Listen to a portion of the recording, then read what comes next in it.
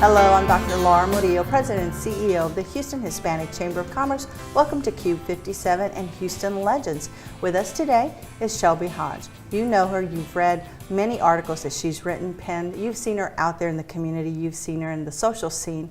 Today we have her here, we're celebrating her as one of our Houston legends. Welcome, Shelby. Thank you. I'm so honored to be here. Well, we're happy to have you here. You've had a career that is probably filled with so many great, phenomenal stories, very interesting people.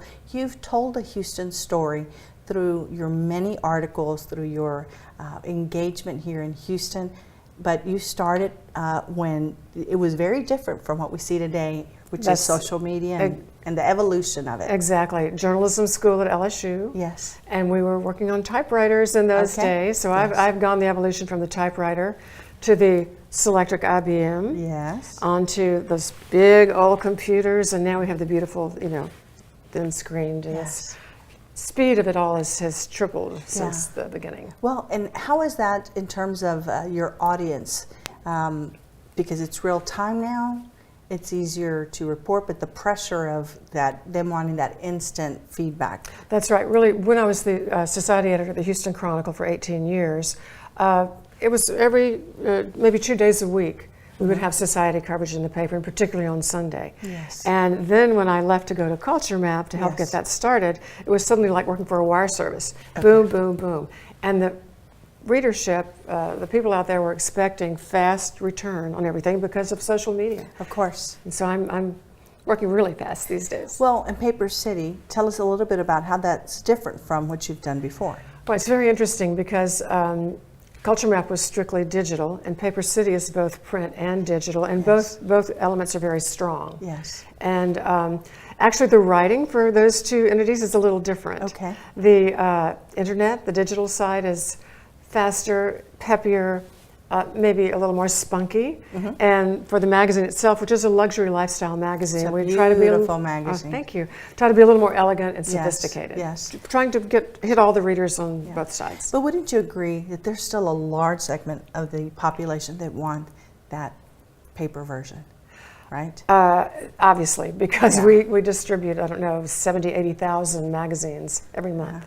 And they are sold out. They run out at the stores when you might find them. People see it, they pick it up. Something about a magazine that's really special is it has a longer life than a newspaper. Okay. It's beautiful, and the paper's slick, and it feels good, and it looks lovely on your coffee table. And the quality of the photographs are just phenomenal. And that's hugely different than Yes. a newspaper or... Yes.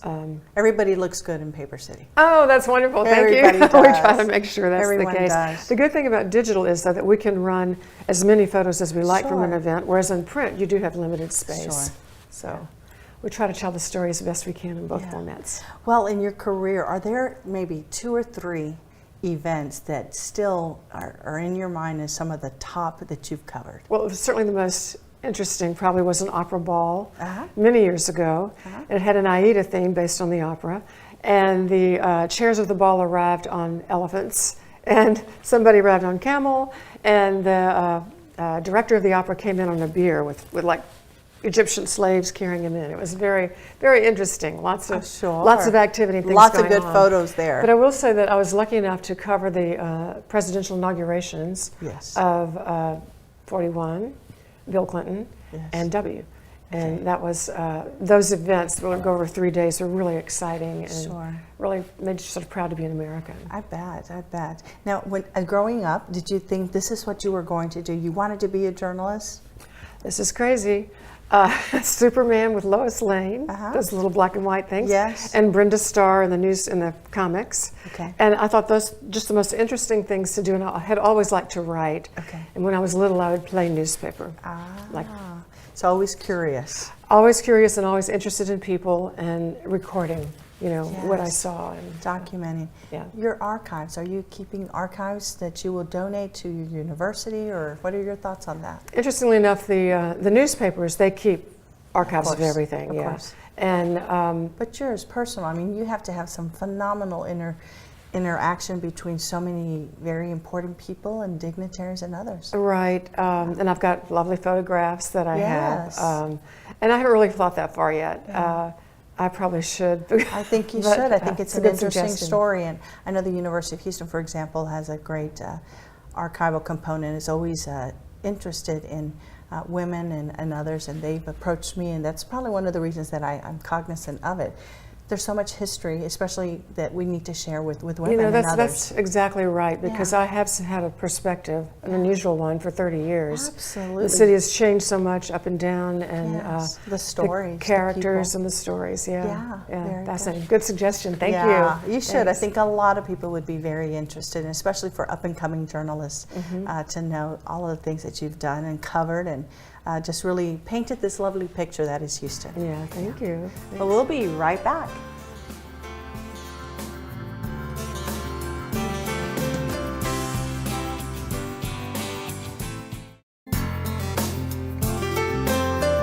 And we're back with Shelby Hodge here on Houston Legends, brought to you by the Houston Hispanic Chamber of Commerce.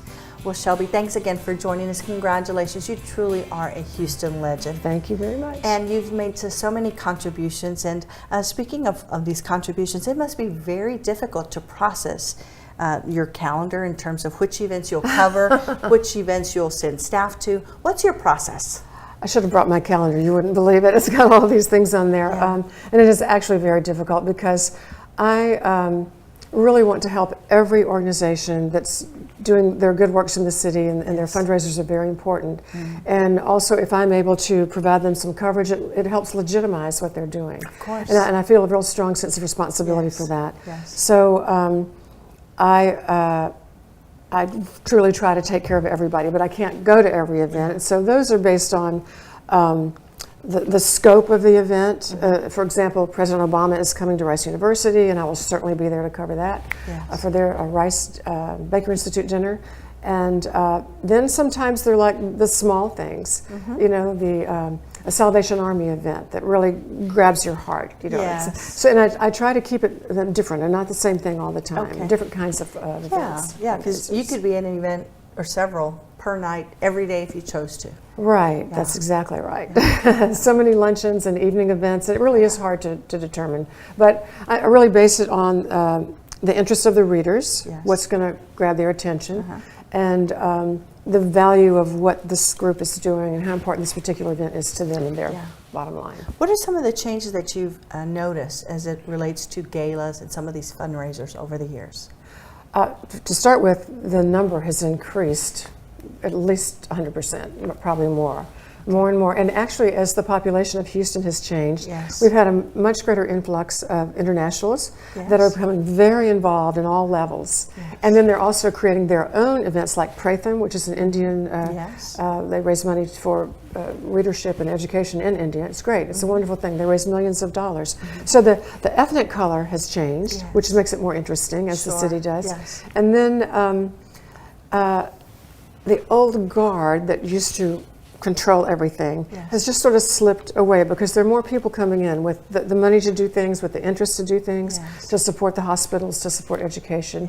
And overall, even though it gets busier by the day for me and crazier, it's a great thing for the city. It's just great. It absolutely, well, it's that continuum, right? Exactly. Of, old money, new causes, and then those that are, you know, just for Houston, those, you know, that will never go away, that will always be very important to our community. Right. So how do you get to figure out, you know, what the newest group is in town? Like, what's your intelligentsia on all of this? Well, people know how to get a hold of me. Okay, so they and find they you do. typically and send you information. Plenty of emails. Something will catch your eye. Right, and then sometimes if it's something new and people want to meet with me and talk about it, I will. Yes. I don't always have the time to do that, but I really like to give everybody a chance to present what they're doing and what their interests are.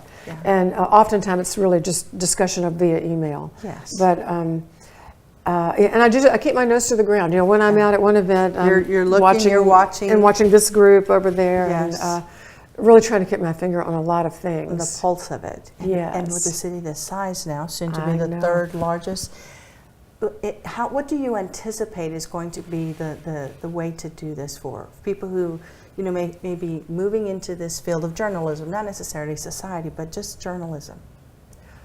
It's all changed so much. It's really changed. You know, the newspapers are not what they used to be at all. There's a much smaller group of readership, and actually even in organizations such as the Huffington Post or Culture Map or PaperCity or any of these digital publications, the format is no longer having a full staff. It's having freelance writers that contribute. So someone making a full-time, lifetime career out of journalism, those opportunities are going to be fewer and further between than they were in the past.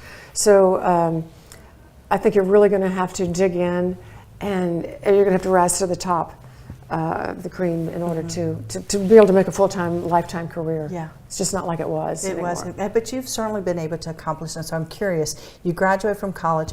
Who gave you your first big break?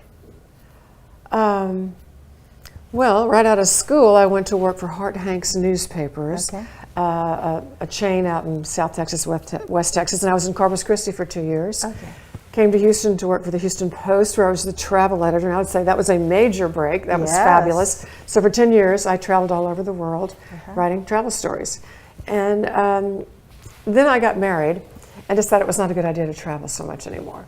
So I quit that, did a little something here, and then when the Chronicle's Society editor, Betty Ewing, retired, they came to me and they said, well, how many, would you like to do this? I said, okay. I asked, how many nights a week?